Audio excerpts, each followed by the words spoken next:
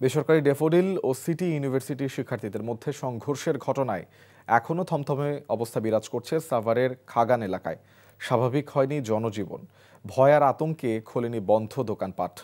এই পরিস্থিতিতে আগামী 4 নভেম্বর পর্যন্ত সিটি ইউনিভার্সিটি বন্ধ ঘোষণা করেছে বিশ্ববিদ্যালয় কর্তৃপক্ষ। অন্যদিকে নিরাপত্তার শঙ্কায় মঙ্গলবার সব ধরনের ক্লাস ও পরীক্ষা স্থগিত করেছে ড্যাফোডিল ইন্টারন্যাশনাল ইউনিভার্সিটি কর্তৃপক্ষ। বিষয়টি নিশ্চিত করেছেন বিশ্ববিদ্যালয়ের উপাচার্য অধ্যাপক ডক্টর মোহাম্মদ মাসুম ইকবাল। এদিকে রোববার রাতের অগ্নিসংযোগ ও ভাঙচুরের ঘটনায় এখন পর্যন্ত কোনো পক্ষ থানায় অভিযোগ দায়ের করেনি বলে জানিয়েছে ঢাকা জেলার police super Mohammad Anisuzzaman.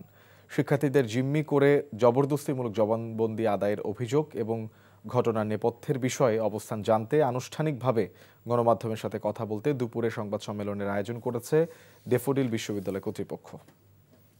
Bundle থাকলে প্রতি সেনমানিতে টাকা বাঁচবে। বিকাশ সেনমানি বান্ডেল কিনে জিতুন প্রতি লেনদেনে।